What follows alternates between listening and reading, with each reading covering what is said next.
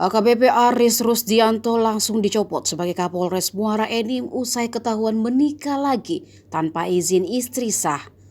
Sosoknya jadi sorotan setelah sebuah video wanita yang mengaku sebagai istri sah yang berinisial F melabrak selebgram Mesya Talib.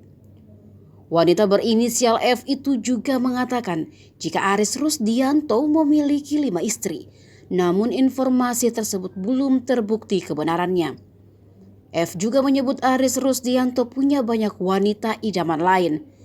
F lantas melaporkan Kapolres Muara Enim ke Mabes Polri dan mengakui Aris sebagai suaminya. Pelaporan itu berujung pencopotan Aris sebagai Kapolres Muara Enim. Pencopotan itu berdasarkan surat telegram rahasia yang dikeluarkan Mabes Polri pada Rabu 26 Oktober kemarin. Dalam telegram itu tertulis Aris Rusdianto dipindahkan ke Yanma Polri dalam rangka evaluasi jabatan. Sementara itu jabatan Aris digantikan oleh AKBP Andi Supriyadi.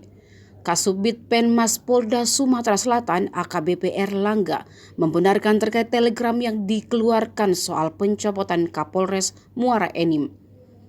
Sementara itu, Kepala Bidang Hubungan Masyarakat Polda Sumsel Kombes Pol Supriyadi mengatakan, laporan perempuan yang mengaku istri Aris itu dilaporkan di Divpropam Mabes Polri.